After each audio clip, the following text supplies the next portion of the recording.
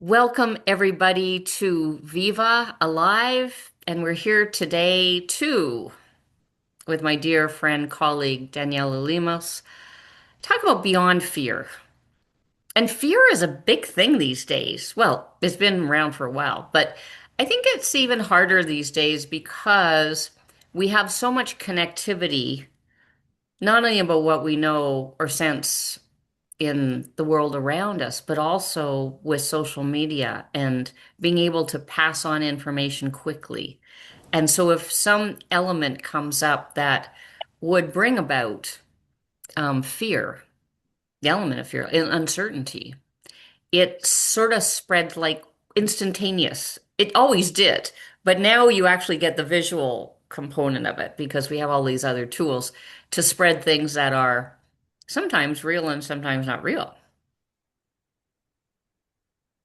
So, Yeah, Daniela, what do you know about fear?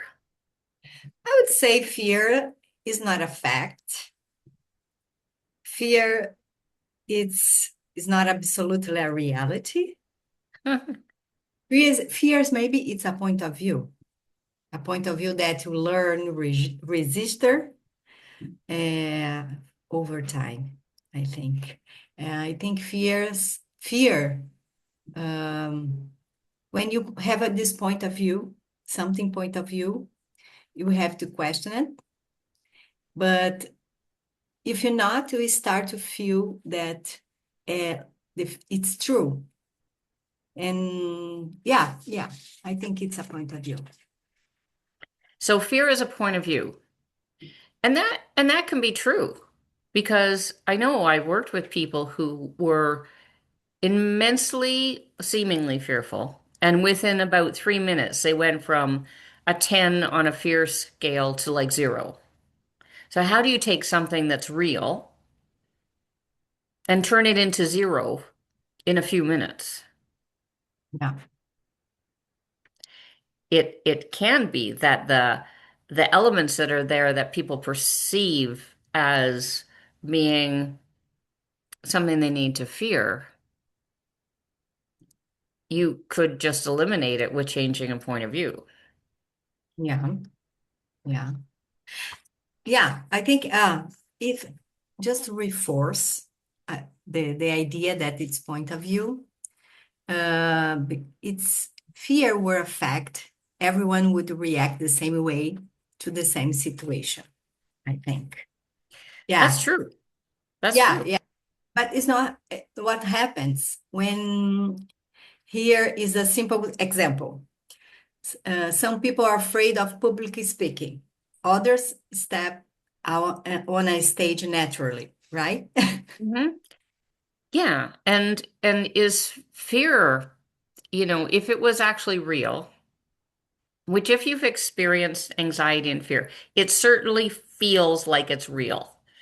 Like, oh my gosh, Yeah, in your face, and all of the symptoms from the psychological world people experience.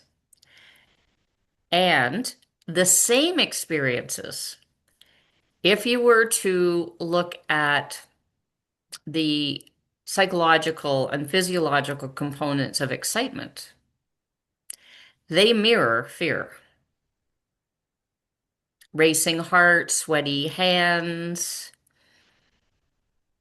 feeling like you don't get a sense of what's going to happen next, yeah, uh, a some excitation in your sense of living, we'll call it. exactly.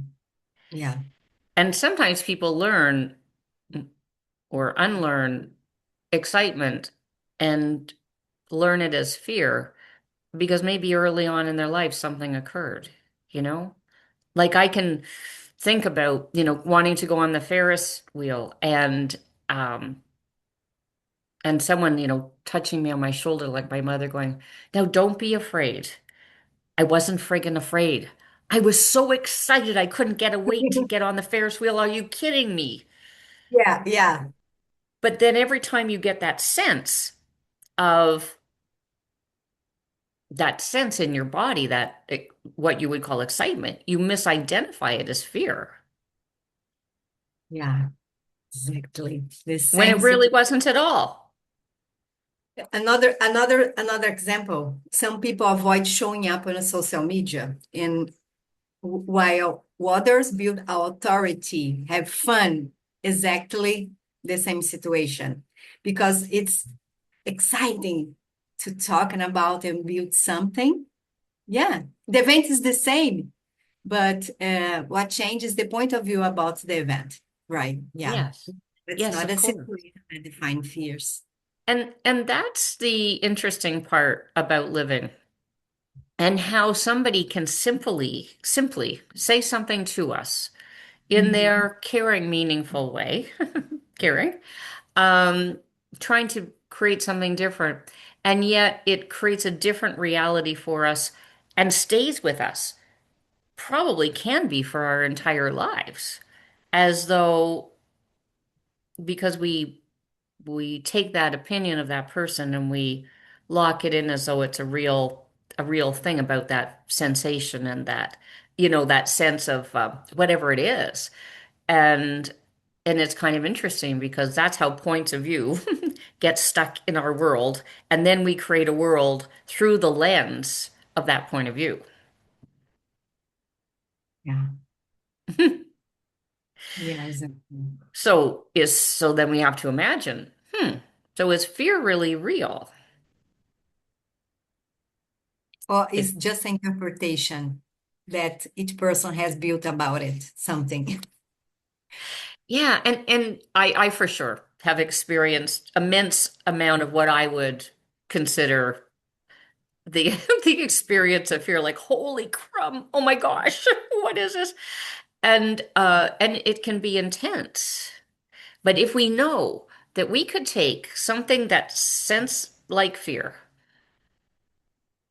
and make it down to zero in a very short period of time, like 5 minutes is pretty short, Yeah.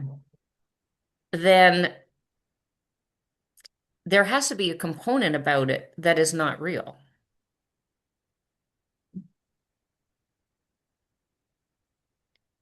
Yeah. Because I don't know. If something was real, it's difficult to change. Hmm. Exactly. It's so Yeah. solid, it's difficult to change. That something that isn't real is easy to change. So how we start going beyond fear in the practice? How is it? Well, what would you say, Daniela, if you had someone that came to you? I love asking you questions because I love to hear your point of view about things. And I know you work in the world of behavior. When you work with people and they come to you and they say, I'm, s- I'll ask you, I'm your client. I am so full of fear. Yeah. What is it that you could do or be that would actually allow that to be different? Wow. Wow. Yeah. Asking question maybe is what I'm feeling a fact or a point of view. Maybe give some suggestion about that. And that Mm-hmm. question alone creates space. Mm-hmm. Uh, Yeah, because or sorry, go ahead. yeah, be something that like a invitation to change the point of view. Mm-hmm. Uh, yeah, I think because the impact is so limited, fear can limited people. Well, and it's interesting because it's a contraction. Like, Yeah. like when you have a sense of what we're calling fear, what people have called fear, even if it was excitement, it's that sense of like, "Ugh."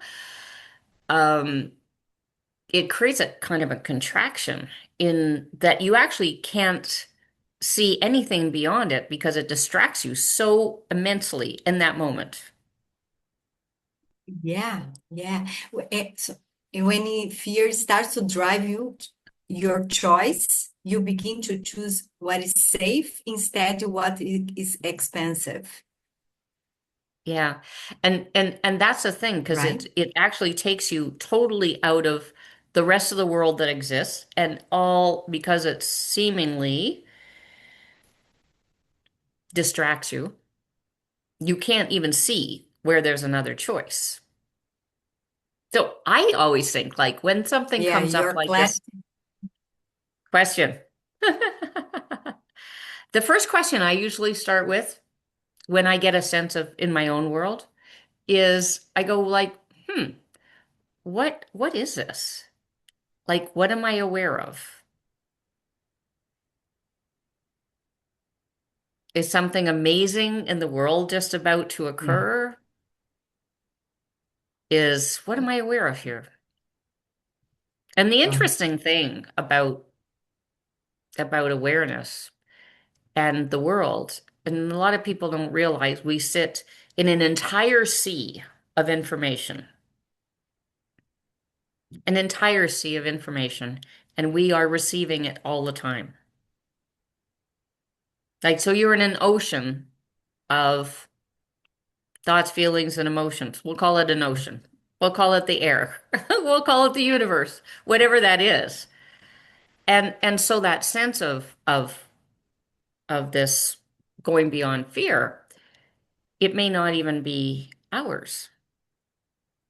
We might have a sense that because of maybe people we're connected to, that like maybe you care deeply about your mother or your father, and all of a sudden you sense their world because you have that deep connection with them.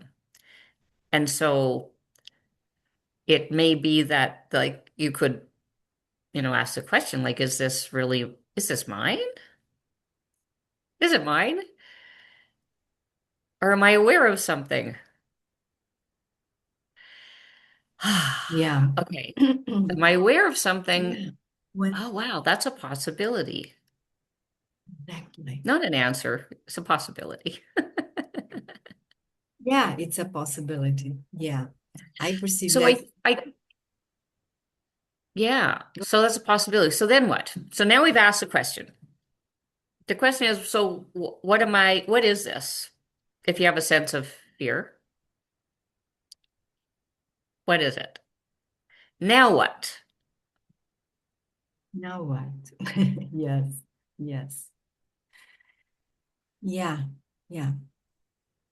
For me, I start perceiving that my clarity decrease, and the sometimes fear for me is like like a protection, then a creation, a different thing. So I need to ask questions about that to change my choice, yeah, my relation with the situation, because sometimes it comes from my father or my mother, my family, and I learn how to deal with some situation.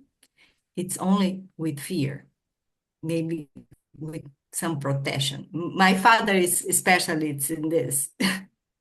Give some, take care, pay attention, don't do this, because you have to have some, right? Well, and that has been Yeah. a way of Yeah, handling things. Be careful because he cares. I go, be aware because then you'll get way more clarity. And if we know that what I kind of like about questions, and I've spoken about that a lot in the when I do presentations with people for companies, is that asking a question, asking a question actually starts to give empowerment to the person asking the question. Like it all of a sudden takes you from being in the effect of the thing that you're getting a sense of fear about, like, oh my gosh, this is so intense. Ah, and you go, what is this? All of a sudden, it puts the person. let's say if it was me, back in the driver's seat. Now I'm back and like, what is this? Oh, I have a sense that I can actually do something about this sense that I feel like I have no control over. Just by asking the question, what is this? Then it starts to turn Mhm. it from a place of being in the effect of something into being able to change it into something else. Yeah. Yeah. And Instead now of quickly decisions, yeah. it's like we could and a lot of people like do this. They get fearful and they live that way for hours, days, and it's not really required.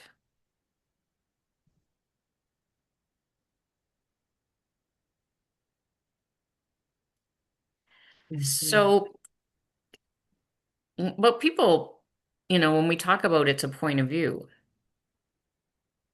it's a point of I call it a point of perception. Point of perception. Hmm. Yeah. Yeah. I mean, perceiving things is how you intake it.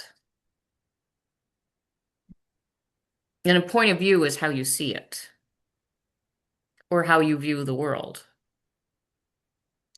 Mhm. So if we know that we can change the thing that we're aware of or the thing that we've identified as fear, then it actually doesn't exist.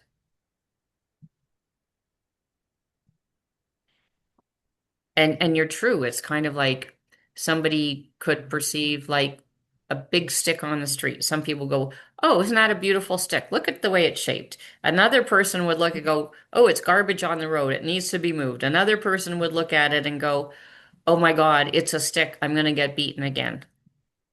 That same particular thing can be something to different to everybody from how they've envisioned life. Yeah. Yeah. Exactly. So let me ask you a question. Just because I think it's always great to give an example. Yeah. Uh-oh. So what now she goes, fear. Uh, not really. I'm just joking with you. That's Um, having fun. um, so can you give an example of when something came into your world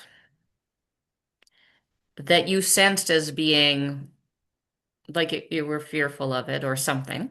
Just like we were talking the difference between fear and excitement and how you people could handle that differently. Because we want to have like what could we create for people so fear and they could move beyond it.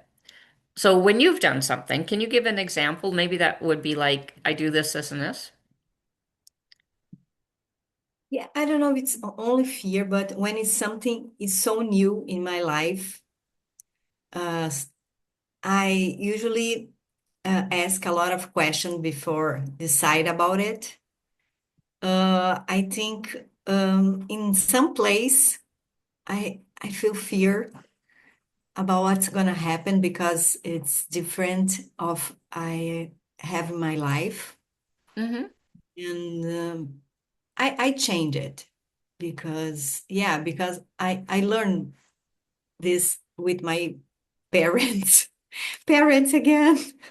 When I was yeah, it comes to me like you have to take care. So it's not necessary. Maybe Mm-hmm. you have to resignificate and be more open for new possibilities. For me, Mm-hmm. a lot of times I had to analyze a lot, go to rational situation and points. After that, it's like, okay, now I'm going for this way. Yeah, and it's interesting because sometimes things come up and they're so obvious, like you can kind of get a sense of what you're aware of and, you know, logicize it through and come up with the ideas about what it is and how to handle it differently. And sometimes what I look at is how do we get centered? I'll just use the word like centered, present, when we have a sense that something's up and we need to get a place of balance to start with before we can go to the next question, like, what is this? Like, oh my gosh, it's so intense, right? So some of the things that I've learned, which which actually balance the central nervous system. One of them, well, first of all, ask a question. First thing I do is like, what is this? One of the other things, and I teach my clients this, is that you can cross your ankles and you can intertwine your hands like that. It's like a pretzel. And you cross your ankles and you sit like that. And it starts to create coherence in the body.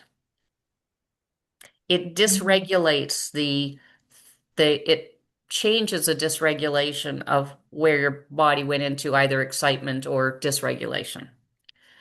And that kind, and it could take a little bit, but at least you're actively doing something to get yourself into being present.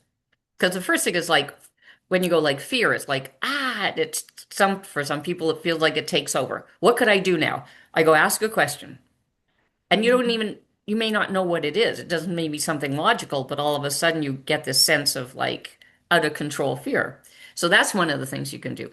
And the other thing is people can do is they can um, breathe in through their nose and out through their mouth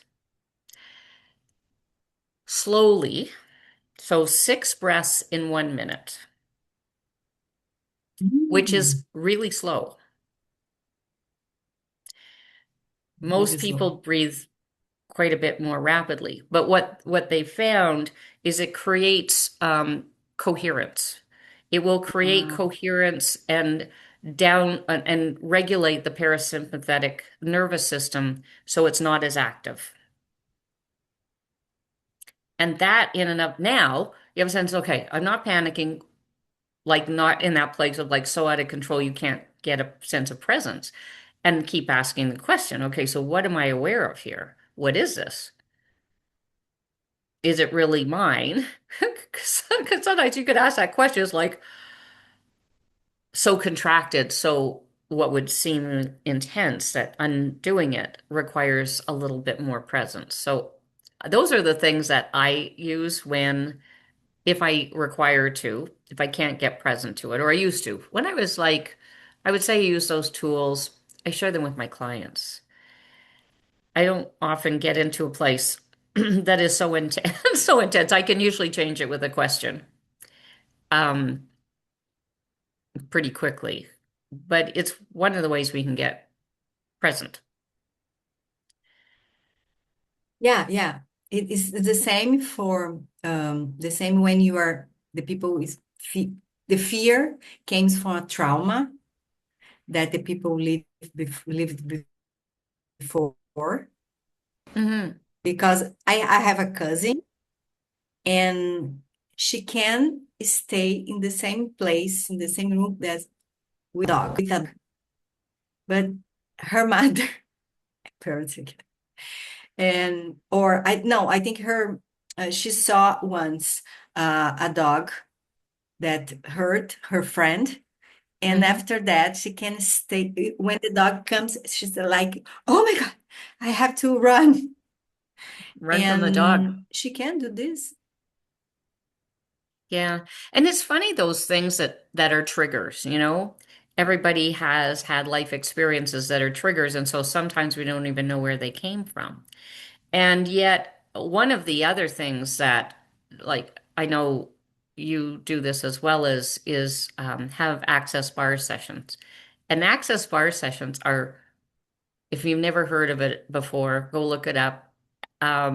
Access bars is a process that has somebody lightly touches your head and releases all kinds of things that are in your world that are not necessarily true, not necessarily. serving and certainly releases things like trauma and reactivity.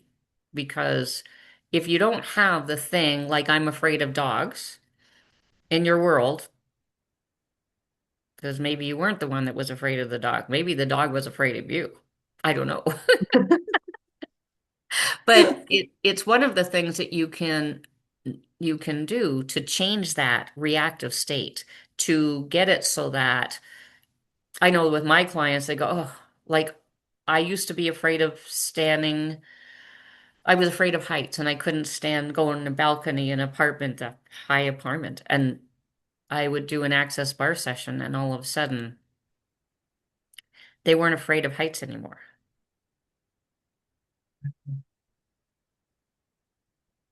Yeah. And to me, to have that, like be able to unlock not just the immediate, the immediate, what am I aware of thing, but those long-term things that sit there and keep us reactive and actually make us make choices based on it, Yeah. right?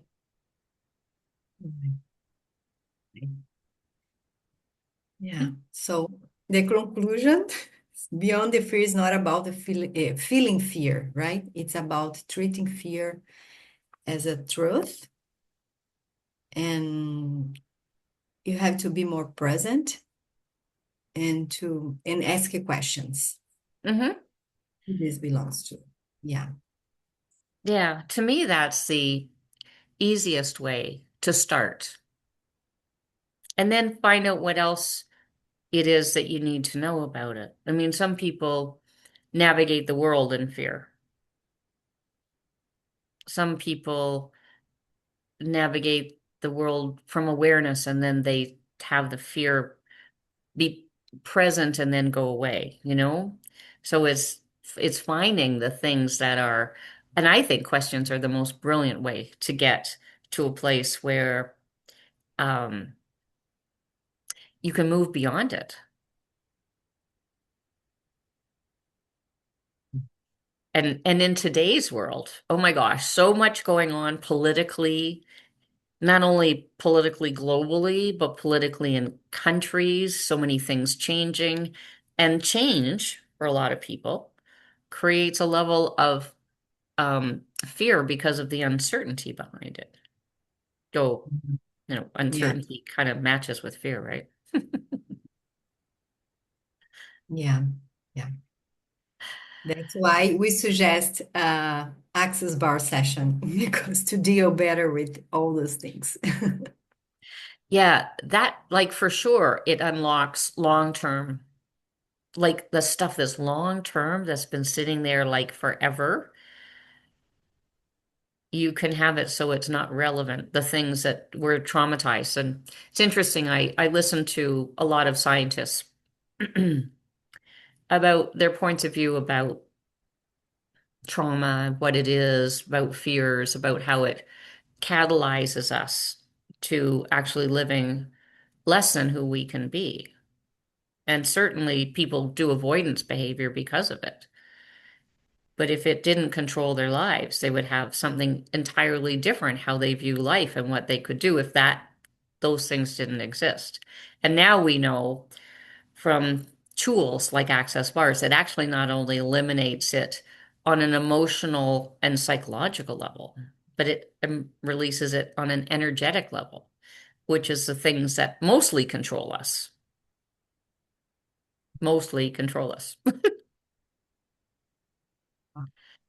So, what question can we leave them with today, Daniela? Oh, let's go for the question. Is the fear were just a point of view, is not a reality? What we would you choose today for your life? Okay, that's a big question. Hmm, let me see. What question could I add?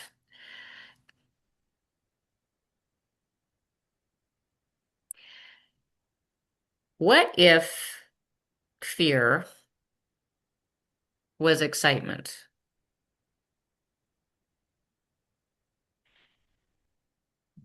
And how could you take your perception of what you're aware of and turn it into something greater. So, thank you everybody for joining us today on Viva Alive, and we'll see you in English and Portuguese online. Thank you so much for joining us. Bye, everybody. Thank you. Bye bye.